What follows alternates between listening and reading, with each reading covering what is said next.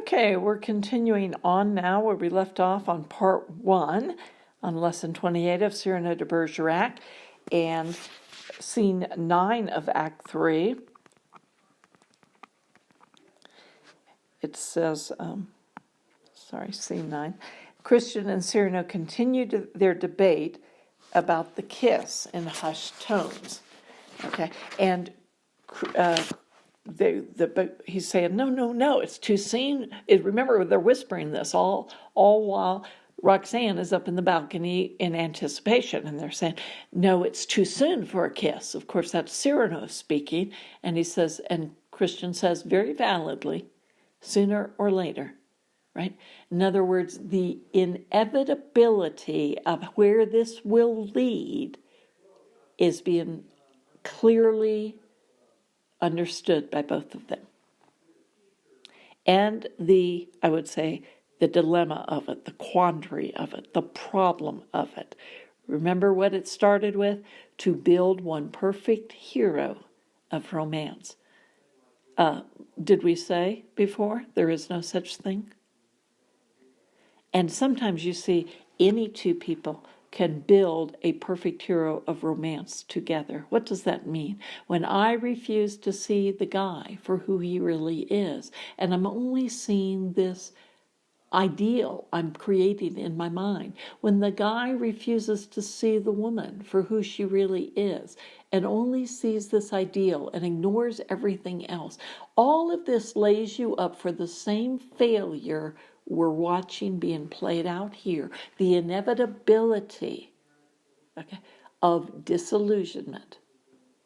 Or what? Or the other thing, maybe even worse, not disillusionment, but for a play-acting lifestyle that must go on forever. One or the other is going to be the only conclusion here. Okay, we're going to continue on now. We will finish Act 3 today. Scene 10, Roxanne and Cyrano continue the conversation, her with love's desire, and he with an almost holy awe. Okay, in other words, what do I mean by that? I mean, we will eventually respond physically to what we feel emotionally. You understand that, right? And so she is having that increased desire to be close to him. Yes, to be willing to have a kiss, okay, and to touch each other and to hold each other close. And he is, of course, that's not an option for him. As much as he would like that, he realizes the second, it's like taking off the mask, right? The second he does that, she would see that it's really him, okay? So he is awed by what? The closeness of two human hearts. I mean, the closeness physically is an amazing thing. These are some of the most precious things in life, I think. But the closeness, when you feel very close and connected with somebody emotionally, spiritually, on the level of your soul, it is a holy thing. I would agree with that statement. So he says, a kiss, a thing so noble, tasting on the brink of the lips each other's soul. A beautiful description, actually, of a kiss. She's ready to go ahead and kiss him. She says, yes, I'm willing. I'm deeply in love is what she feels, right? And to a degree she is, but to a fabricated reality. She is ready and bids him come to kiss her, and Cyrano urges Christian, go, this is your chance. And now Christian is hesitant. Isn't that interesting? Okay. At first he was eager, what I desire, a kiss, let's do it, and now he wants to back up. Don't you feel for him? Why does he want to back up? Okay, it's holy to him too, you see. And to be kissing what another has earned for you, so to speak, is kind of a very sad thing. So you see how this play, as we've talked all along, just keeps leaning towards the tragic. He says, but now I feel as if I ought not. Okay. And Cyrano, it begins to be somewhat elated as he experiences this vicariously. He processes it new now. So Cyrano's backing up. He's moving forward emotionally because he says she kisses the words spoken by me. So he recognizes, though another will feel it physically, he recognizes that she is responding to his words. And now, I said, it is tragic for all three, a violation or a trespass of all three. So think that through. In what way? We've talked about it. We've hinted at it. But I want you to feel the weight of that. And then the monk comes to rescue us, the audience, one more time, because we're almost in a suspended state at this point. You're feeling, how is this ever going to work out right? It all of a sudden feels like we've robbed love. Right? So the monk comes in again. Cyrano interrupts them, pretending he has just appeared upon the scene. Okay, so he steps out as though he's just walked down the street, interrupts them. Hi, Christian. Hi, Roxanne, and breaks things up so that the monk does not embarrass them to catch them in a very scene of intimacy.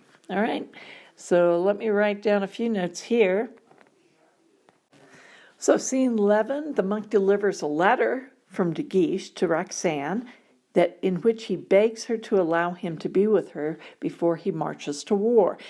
Believing, of course, now he's willing to be this bold, something he hasn't been at all up till now. Not this bold, not this overt, but she has just led him to believe that she, in fact, loves him and would be deeply grieved if he leaves.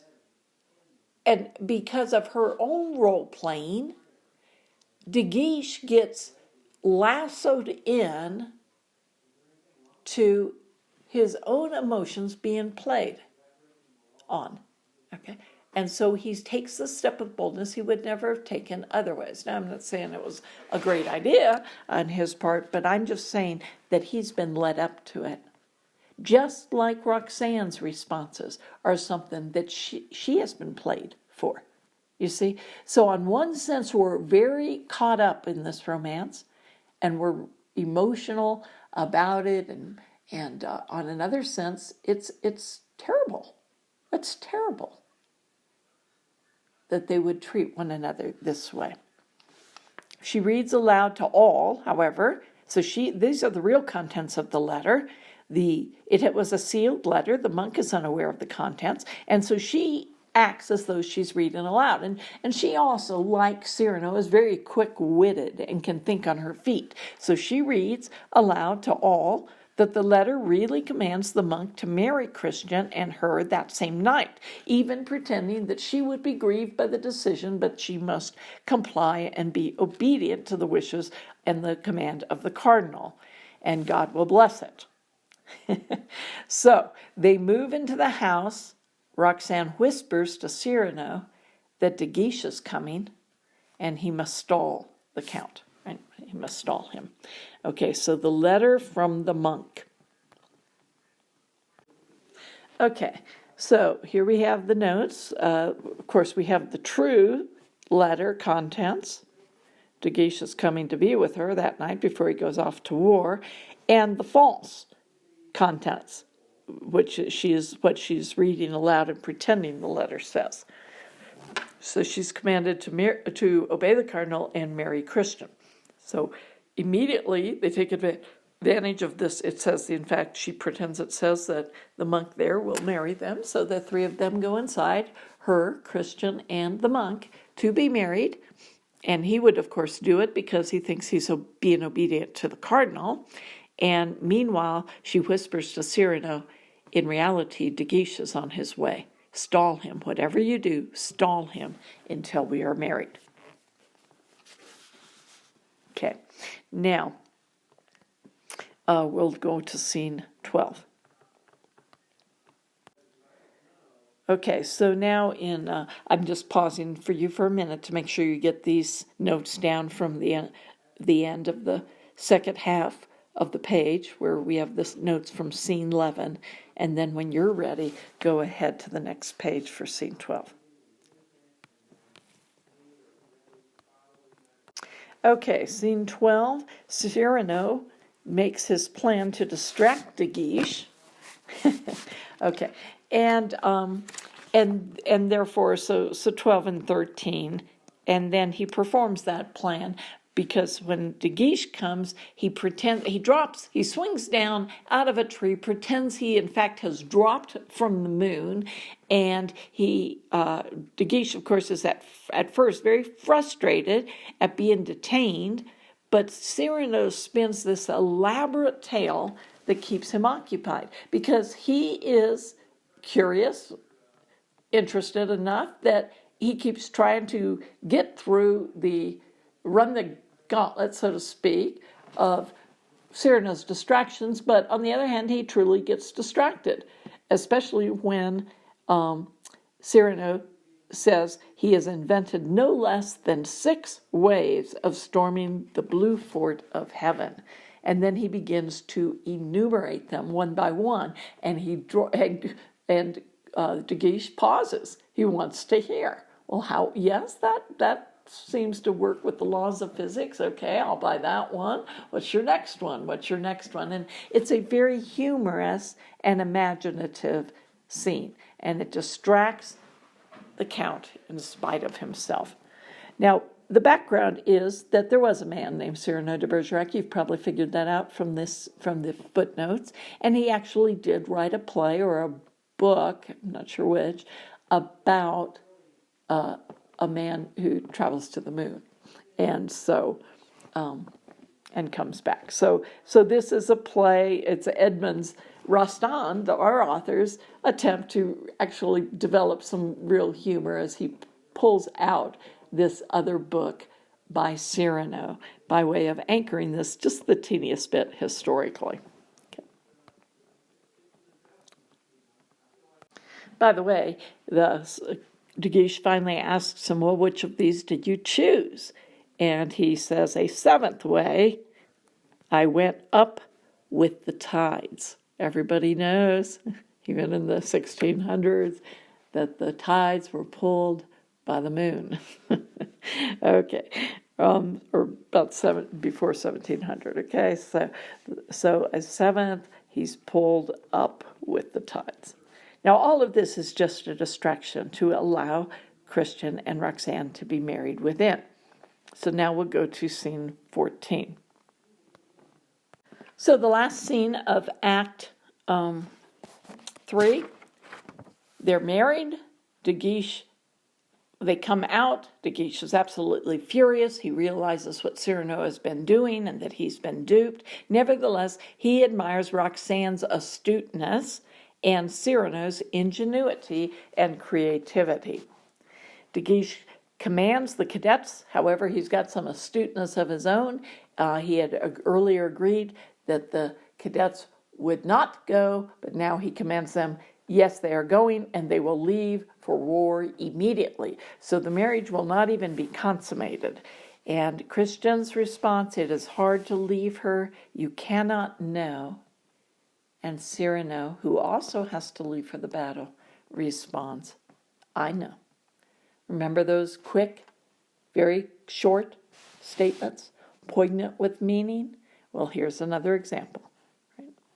Now, Roxanne now asks Cyrano for a favor. Promise me, she says.